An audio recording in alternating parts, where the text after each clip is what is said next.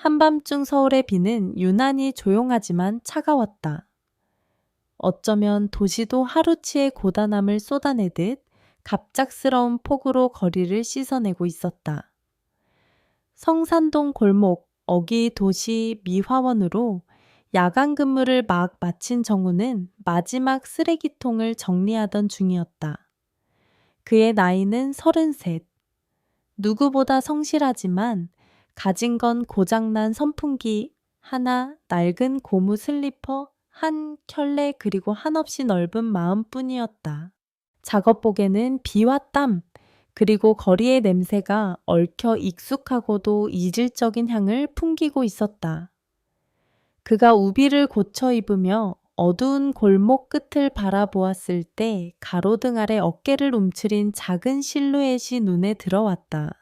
전봇대 옆 우산도 없이 떨고 있는 젊은 여성이었다. 젖은 머리칼이 뺨에 들러붙고 얇은 셔츠는 이미 몸에 달라붙어 있었다. 양손을 꽉 잡은 그녀는 마치 물에 떠내려가지 않으려 애쓰는 사람처럼 보였다. 정우는 조심스럽게 다가가 말을 건넸다. 이 시간엔 밖에 있으면 위험해요. 이 동네 밤에는 일 좀 많이 터져요. 그녀는 깜짝 놀라 고개를 획 돌렸다.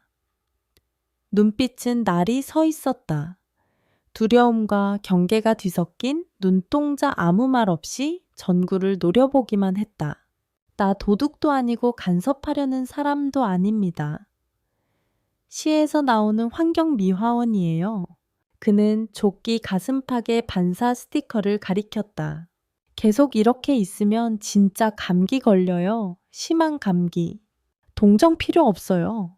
목이 쉰 듯한 차가운 말투였다. 정우는 잠시 멈췄다가 조용히 덧붙였다. 동정 아니에요.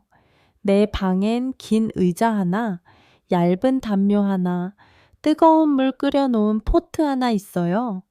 그거라도 괜찮으면 아침까지만 머물다 가도 돼요. 짧은 정적이 흘렀다. 여성은 한참을 가만히 서 있다가 마침내 고개를 끄덕였다. 전 더 좋아요. 더는 다리에 힘이 없어요. 정우는 말없이 고개를 끄덕이고 앞서 걷기 시작했다. 걸음은 느렸지만 그녀가 불편하지 않게 조심스러웠다. 그러나 일정 거리는 유지했다. 그의 조심스러움은 불편함보다는 배려에 가까웠다. 정우의 방은 합정동 뒷골목의 오래된 다세대 주택 지하층 작고 낡았지만 깔끔하게 정돈되어 있었다. 낡은 책상 옆에는 오래된 학용품 가방 하나, 그 위엔 아이의 그림책이 펼쳐져 있었다. 이불은 저쪽에 있어요. 조심해대죠. 앉으세요. 바닥 미끄러우니까. 여성은 아무 말 없이 고개를 끄덕이고 전구가 건넨 수건과 마른 티셔츠를 받아들었다. 화장실은 오른쪽이에요. 뜨거운 물 나오는데 좀 걸릴 수도 있어요. 옷은 크지만 깨끗해요. 아무것도 묻지 않을게요. 여성은 수건을 품에 안고 잠시 그를 바라보다가 고개를 숙였다. 고마워요. 정구입니다. 이름은요?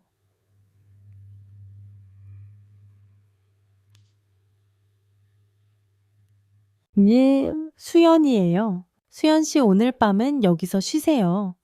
내일에 대한 선택은 당신에게 있어요. 그녀는 다시 고개를 끄덕이고 욕실로 들어갔다. 전구는 조용히 작은 탁자 위에 컵과 송글씨가 적힌 쪽지를 올려두었다. 전화 필요하면 벽에 있는 유선 전화 쓰세요. 왼쪽 서랍에 여분 이불 있습니다. 딸아이가 잘게요. 조심히 문 닫아주세요. 그는 마지막으로 방안을 돌아보고는 조용히 문을 닫았다. 이야기는 그렇게 새벽 2시의 빗속에서 시작되었다. 수연은 따뜻한 물에 몸을 씻으며 조용히 울었다. 소리는 내지 않았다. 그저 어깨를 움츠리고 입술을 깨물며 눈물만 흘렸다. 찝찝하게 붙은 옷을 벗고 낯선 이의 옷으로 갈아입는 동안 마음 한구석이 조심스럽게 풀어졌다. 욕실 문을 열고 나왔을 때 방은 조용했고 테이블 위엔 김이 살짝 올라오는 컵과 송을씨 쪽지가 놓여 있었다. 그녀는 천천히 다가가 컵을 들었다. 두 손은 미세하게 떨렸지만 이번엔 춥지 않았다. 딸아이가 잘게요. 조심히 문 닫아주세요. 짧은 문장인데 이상하게도 마음이 무거워졌다. 그녀는 작은 웃음을 흘렸다. 자신이 울면서도 웃는 모습이 이상했지만 그 감정은 오래되지 않은 따뜻함 때문이었다. 내 딸이 있는 사람이구나. 그런데도 낯선 여자한테 이렇게 따뜻할 수 있구나. 그날 밤 수연은 전구가 내준 담요를 껴안고 벽 쪽을 바라보며 누웠다. 비는 여전히 창문 밖을 두드리고 있었지만 마음속에 있던 폭풍은 잠시 고요해졌다. 다음 날 아침 아주 약한 햇살이 창틈으로 스며들었다. 수연은 눈을 비비며 몸을 일으켰다. 방 안엔 따뜻한 향이 퍼져 있었다. 어딘가 살짝 탄 듯한 냄새가 났다. 고개를 돌리자 좁은 주방 쪽에서 작은 아이의 목소리가 들려왔다. 아빠 계란 터졌어. 응, 안 깨졌으면 신기한 거지. 자, 다시 해보자. 이번엔 노른자 지켜줘야 돼.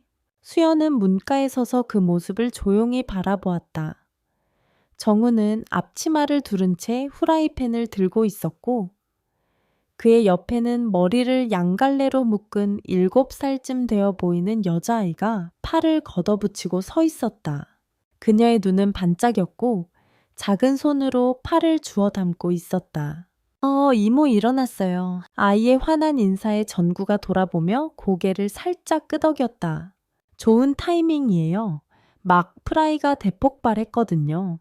수연은 쑥스러워 웃으며 말했다. 폭발한 계란이라니 위험하네요. 아침부터 무기 제조 중인가요? 비밀병기죠. 단백질과 실패가 함께 들어있는. 저기, 성함이 어떻게 되세요? 아이가 조심스레 물었다. 수연이에요. 아, 공주님 이름이구나. 어제 아빠가 오늘은 조용히 하자 손님이 아파서 쉰다고 했어요. 진짜 공주님이었네. 수연은 웃음을 터뜨릴 뻔했지만 대신 부드럽게 말했다. 공주님보다는 길거리 물 요정 쪽에 가까워. 전구가 고개를 갸웃하며 중얼거렸다. 물 요정은 대체 어느 나라에서 오길래 비 오는 날 전봇대 밑에 서 있대요. 아침 식사는 단순했다. 기름이 한쪽에 몰린 계란 프라이 검게 살짝 탄 식빵 필터를 거치지 않은 콩국 한 컵. 그러나 수연은 포크를 드는 손끝에 묘한 감정을 느꼈다. 제가 요리 솜씨가 없어요. 먹고 쓰러지면 일시후 불러줘요. 전구가 말하자 수연은 웃으며 대답했다. 전 미슐랭 별 3개도 안 먹고 살았어요. 이건 그보다 솔직해서 좋아요. 아이는 입을 한껏 벌리고 빵을 베어 물었다. 입가에 묻은 콩국을 닦아주며 수연은 문득 마음이 간질간질해졌다. 지금 이 순간 누군가와 함께 앉아 아침을 먹는다는 사실이 어쩐지 너무 오래된 기억처럼 느껴졌다. 그녀는 조용히 생각했다. 이건 동정도 아니고 호의도 아니라면 아마도 사람 냄새일 것이다. 설거지를 하겠다며 수연이 일어섰을 때 정우는 조용히 고개를 저었다. 그냥 앉아 있어요. 저는 익숙해서 금방 끝나요. 제가 머문 대가예요. 이 정도는 해야죠. 여긴 계산하는 곳이 아니라 그냥 머무는 곳이에요. 잠시라도 편하게 숨 쉬는데. 그 말이 어쩐지 가슴 한구석을 찌르듯 와닿았다. 수연은 손에 쥔 숟가락을 가볍게 쥐었다 놓았다. 저도 집이 있었어요. 근데 어느 순간부터 집이 머무는 곳이 아니라 버텨야 하는 곳이 되더라고요. 전구는 잠시 멈춰서 그녀를 바라보다가 식탁 위에 놓인 작은 손거울을 치우며 말했다. 여기서는 버티지 않아도 돼요. 그냥 살아도 괜찮아요. 순간 수연은 눈을 피했다.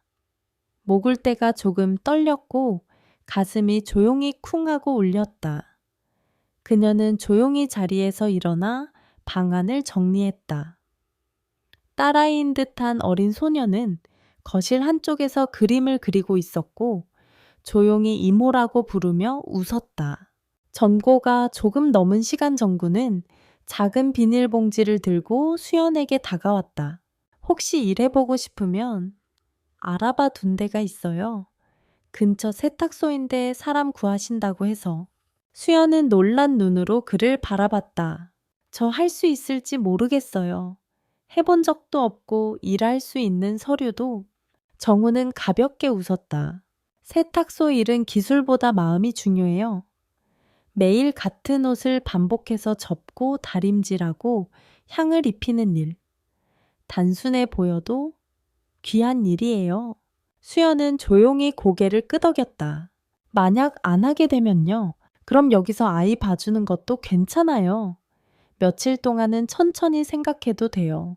그녀는 대답하지 않았지만 그 말 속에 담긴 선택권이 고마웠다.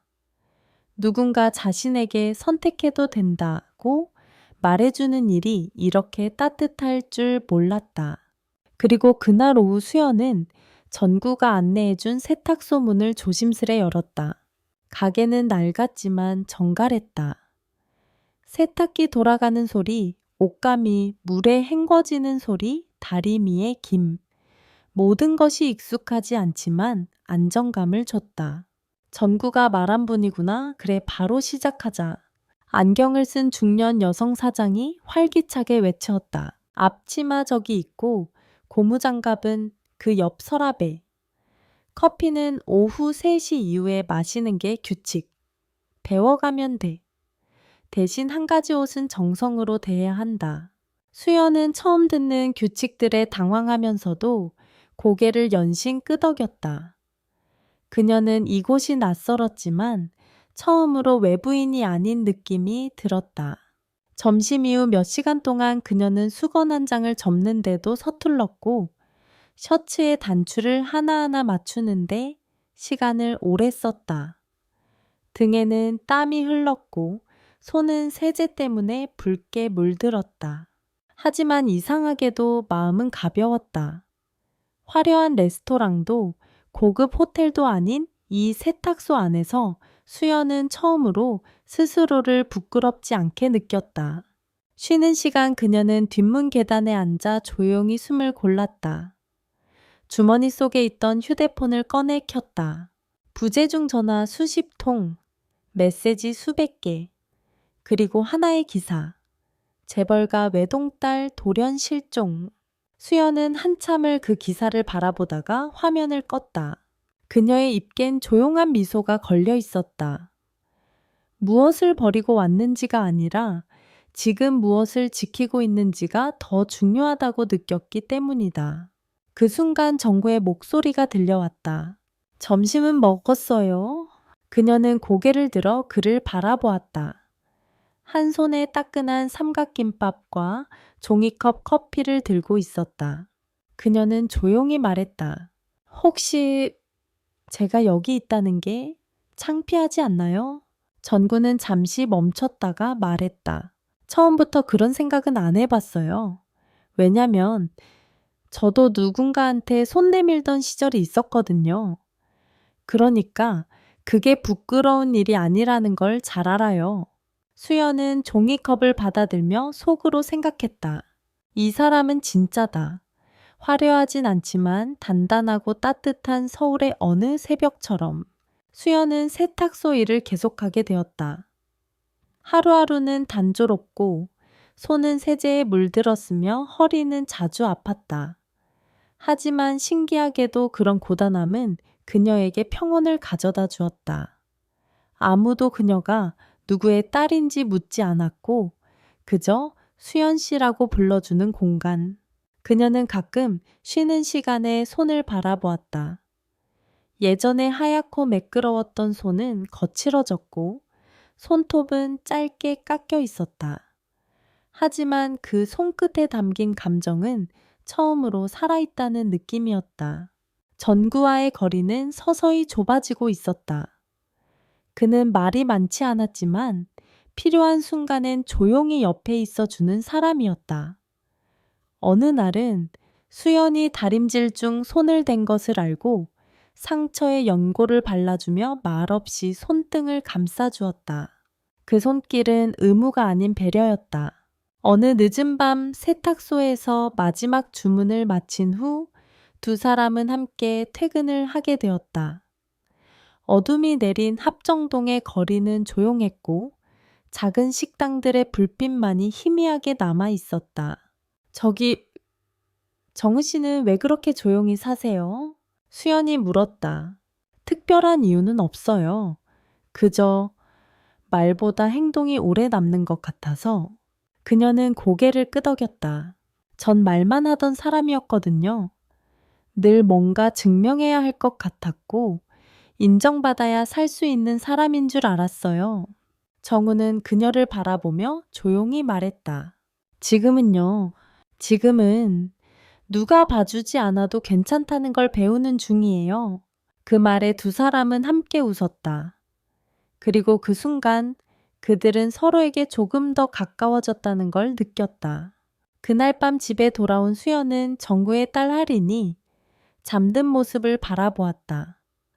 작은 몸으로 이불을 끌어안고 있는 아이는 마치 온 세상을 믿고 잠드는 듯한 얼굴이었다. 그녀는 조용히 이불을 덮어주며 속삭였다. 하린아, 너 덕분에 나도 조금씩 다시 믿게 돼. 그 말은 하린을 향한 것이었지만 어쩌면 그녀 스스로에게도 하는 말이었다. 다음 날 아침 정우는 예정보다 일찍 집을 나서야 했다. 수연이 하린을 등원시키기로 했고 그 일은 그녀에게도 작지 않은 첫걸음이었다. 등원 도우미 처음 맡아봐요. 그녀가 장난스럽게 말하자 정우는 웃으며 대답했다. 하린이가 좋아하니까 잘할 거예요. 그리고 고마워요. 저야말로요. 이렇게 살아볼 기회 줘서. 짧은 대화였지만 그 안엔 둘만이 아는 수많은 감정이 오갔다. 유치원에 다녀온 하린은 즐겁게 하루 이야기를 풀어놓았고 수연은 아이의 말에 진심으로 귀 기울였다. 예전엔 시간조차 내지 못했던 이런 사소한 순간들이 이제는 삶의 중심이 되어가고 있었다. 하지만 고요한 나날은 오래가지 않았다. 어느 날 수연이 정리하던 작업복 주머니 속에서 작은 목걸이 하나가 툭 떨어졌다. 얇은 금줄에 파란 사파이어가 박힌 익숙한 목걸이. 그녀는 순간 멈춰 섰다. 그것은 자신이 비로소 도망쳐 나온 삶의 상징 같은 것이었다. 그리고 그 순간 뒤에서 다가온 정구가 조용히 그것을 집어들었다. 둘은 말없이 목걸이를 바라보았다. 정구는 차분한 목소리로 물었다. 수연 씨, 이 목걸이 그쪽 인생의 흔적이군요. 그녀는 눈을 피하지 않았다. 숨기려던 건 아니에요. 그저 잠시만이라도 제 이름만으로 존재해야 하고 싶었어요. 전구는 고개를 끄덕였다. 나는 수연 씨가 어떤 사람인지 조금씩 알아가고 있었어요. 목걸이 없어도 당신은 이미 충분히 용기 있는 사람이에요. 그녀는 처음으로 눈물이 흘러내리는 것을 숨기지 않았다. 그 말 고마워요. 진심으로. 그날 밤 수연은 그 목걸이를 다시 접어 옷장 안 깊은 곳에 넣었다. 숨기기 위해서가 아니라 이제는 그것에 휘둘리지 않겠다는 마음으로. 며칠 뒤 세탁소에서 퇴근하던 저녁. 수연은 여느 때처럼 조용히 골목을 돌아 지하방으로 향하고 있었다. 정우는 외근 중이었고 하리는 옆집 아주머니에게 맡겨두었다. 하지만 골목 입구에 다다랐을 때 그녀는 발걸음을 멈출 수밖에 없었다. 고급 세단 한 대가 그녀의 집 앞에 서 있었고 그 옆에는 정장을 입은 남성 둘이 서 있었다. 차 문이 열리고 백발이 성큼 내려왔다. 그는 바로 서재명 회장 수연의 아버지였다. 한때 그녀를 위해 프랑스 요리를 공부하던 셰프를 고용하고 매일 아침 신문에 그녀 이름이 언급되는 것을 점검하던 남자. 그가 오늘은 아무 말 없이 골목 안쪽으로 들어서고 있었다. 수연은 숨을 들이켰다. 마음 한편에서 무너져 내리는 소리와 함께 정면으로 걸어갔다. 아버지, 그가 멈춰 섰다. 표정은 차가웠고 눈빛은 낯설 정도로 단단했다. 너 이런 데서 어떻게 살아? 숨 쉬듯이요? 오히려 여기가 처음으로 숨 쉴 수 있었던 곳이에요. 무슨 소리냐? 너 지금 이 순간에도 뉴스에 떠 있어. 재벌가 외동딸이 세탁소에서 근무 중이라고. 그게 네가 원하는 삶이냐? 수연은 눈을 똑바로 마주쳤다. 전디의 스트링라이테드. 저는 딸이 아니라 사람으로 살고 싶었어요. 그리고 이곳에서 저는 비로소 제 이름으로 불리고 있어요. 아무 수식어 없이 그냥 수연 씨로요. 그때 골목 뒤편에서 정구가 걸어왔다. 상황을 파악한 그는 말없이 수연 옆에 섰다. 서재명은 그의 복장을 훑어보았다. 작업복 손에 묻은 기름 자국 다소 헝클어진 머리. 그는 조소를 머금으며 말했다. 이 남자가 널 책임질 수 있을 거라 생각하냐. 정우는 한 걸음 앞으로 나섰다. 제가 수연 씨를 책임질 순 없습니다. 대신 그녀가 선택한 삶을 옆에서 지켜볼 수는 있습니다. 그 삶이 무너지지 않도록 같이 걸어줄 수는 있습니다. 그의 말은 짧았지만 강했다. 서재명은 아무 대꾸도 하지 않았다. 그는 딸을 잠시 응시하더니 조용히 등을 돌렸다. 내가 언제까지 기다려줄지는 몰라. 하지만 아직은 돌아올 수 있다. 그 문은 닫지 않겠다. 그리고 그는 돌아섰다. 차 문이 닫히고 차량은 천천히 골목을 빠져나갔다. 정적이 남았다. 수연은 말없이 선 채로 두 손을 꽉 쥐었다. 정우는 그녀의 옆에 조용히 섰고 그녀가 눈을 피하지 않자 말없이 말했다. 괜찮아요. 무섭진 않았어요. 슬펐을 뿐이에요. 왜요? 처음으로 아버지의 말에 흔들리지 않았거든요. 그리고 그게 이상하게도 편했어요. 전구는 고개를 끄덕였다. 그날 밤 세 사람은 평소처럼 작은 식탁 앞에 앉아 저녁을 먹었다. 하리는 엄마 같은 수연 옆에 바짝 붙어 앉았고 전구는 계란 프라이를 타지 않게 굽는데 온 신경을 쏟고 있었다. 그리고 수연은 조용히 중얼거렸다. 오늘 처음으로 내가 나를 택한 것 같아요. 정우는 웃었다. 잘했어요. 앞으로도 그렇게 해요. 우리는 누군가의 이름이 아니라 우리 스스로의 이름으로 살아가는 거니까요. 그 말에 수연은 조용히 고개를 끄덕였다. 그리고 그 순간 그녀는 수연이라는 이름이 처음으로 따뜻하게 느껴졌다. 일요일 아침 맑은 하늘 아래 서울의 작은 골목길에 부슬부슬 김이 올라오는 향기가 퍼졌다. 정우는 골목 입구에 오래된 삼륜 리어카를 세워두고 직접 만든 작은 칸이 포장마차 천막을 펼치고 있었다. 천 위에는 송글씨로 쓴 간판이 매달려 있었다. 아침 이름표, 토스트와 콩국, 그리고 이름 한 잔. 토스트와 이름 한 잔이요. 옆에서 준비를 도와주던 수연이 웃으며 묻자 전구가 대답했다. 사람들이 자기 이름으로 무언가를 사먹는다는 게 꽤 의미 있는 일일 수 있잖아요. 이름으로 사먹는다니. 오늘 아침은 돈 대신 이름으로 받아요. 손님에게 이름을 묻고 그 이름을 불러서 토스트를 주는 거죠. 김하늘님, 고소한 버터 토스트 나왔습니다. 이런 식으로. 특이하네.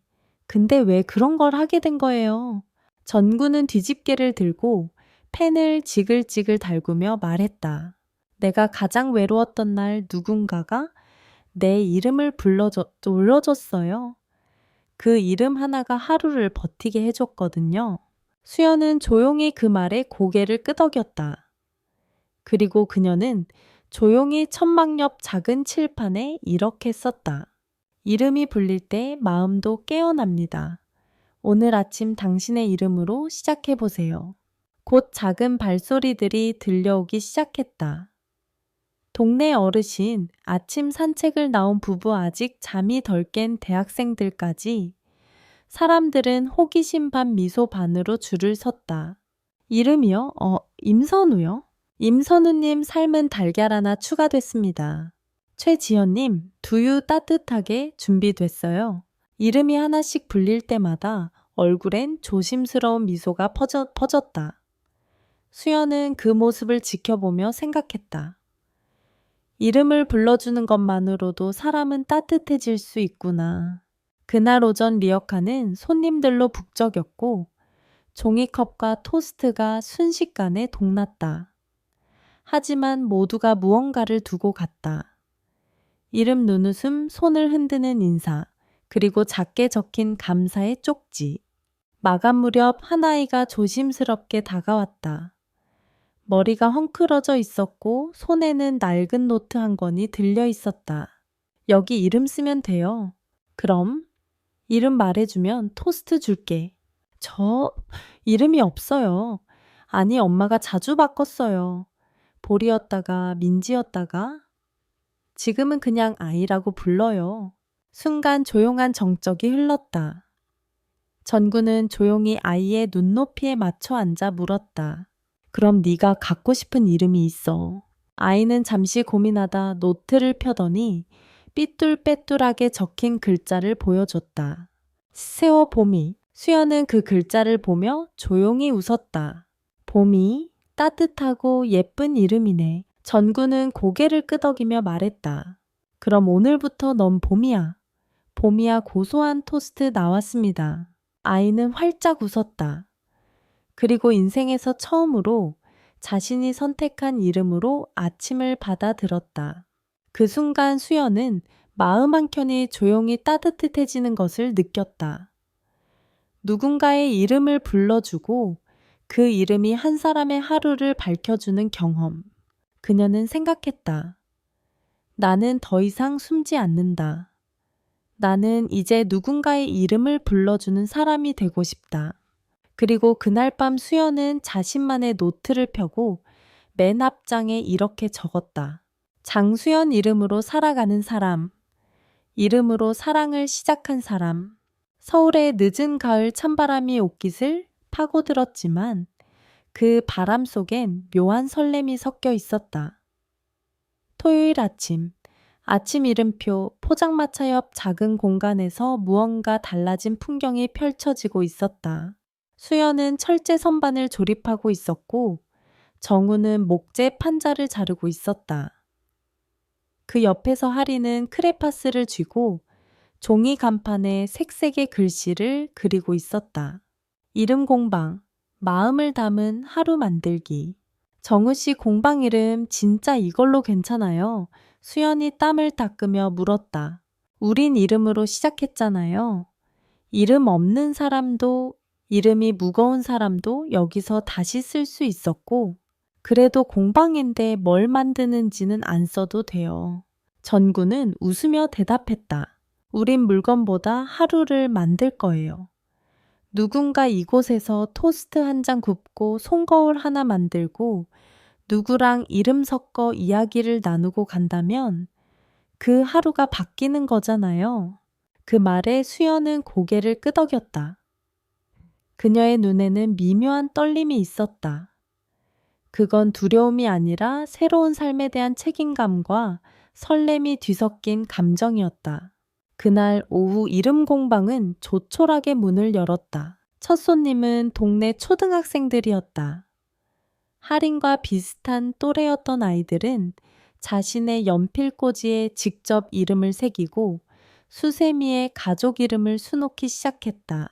둘째 손님은 백발의 할머니였다. 그녀는 망설이며 수연에게 말했다. 내 이름은 요즘 불리는 일이 없어. 병원에선 99번 환자라고 불러. 수연은 조용히 그녀의 앞치마의 이름을 수놓아 주었다. 조연이. 그녀는 그 이름을 바라보다가 목이 메인 듯 작게 말했다. 아직도 나를 이렇게 불러주는 사람이 있구나. 이름 공방은 소문을 타고 퍼져나갔고 일주일 뒤에는 작은 지역 신문에도 소개되었다. 사람들은 단순히 토스트를 먹고 가는 것이 아니라 자신이 누구인지 되새기고 그걸 손에 쥐고 돌아가는 장소를 발견한 듯 했다. 하루는 공방 앞에서 작은 벼룩시장이 열렸다. 하리는 유치원에서 만든 바느질 수첩을 팔았고 수연은 직접 만든 콩비지를 나눠줬다. 정우는 이웃 할아버지에게 리어카 수리 방법을 배워가며 아이들과 종이배를 접었다. 그날 밤 세 사람은 작은 가게 안에 둘러앉아 따뜻한 고구마를 나눠 먹었다. 정우는 말없이 나무 상자를 손질하며 물었다. 수연 씨, 여기서 계속할 수 있을 것 같아요. 그녀는 대답 대신 가만히 웃었다. 그리고 조용히 말문을 열었다. 예전에는 매일이 똑같아서 숨 막혔어요. 그런데 지금은 매일이 비슷해도 다르게 느껴져요. 내가 선택한 하루니까. 그래서 더 힘들지 않아요. 그런데 그래서 더 가치 있어요. 잠시 침묵이 흐르고 하리니 작게 말했다. 이모, 그럼 여긴 진짜 집이에요. 수연은 고개를 끄덕이며 할인의 손을 잡았다. 여기 내 집이야. 내 이름이 붙은 내가 함께 만든 집. 그 말에 전구도 살짝 웃으며 대답했다. 그럼 우리 집 이름도 정해야겠네요. 세 사람은 서로를 바라보았다. 그리고 다음 날 공방 앞에는 새로운 간판이 세워졌다. 이름의 집 작지만 따뜻한 하루를 엮는 곳.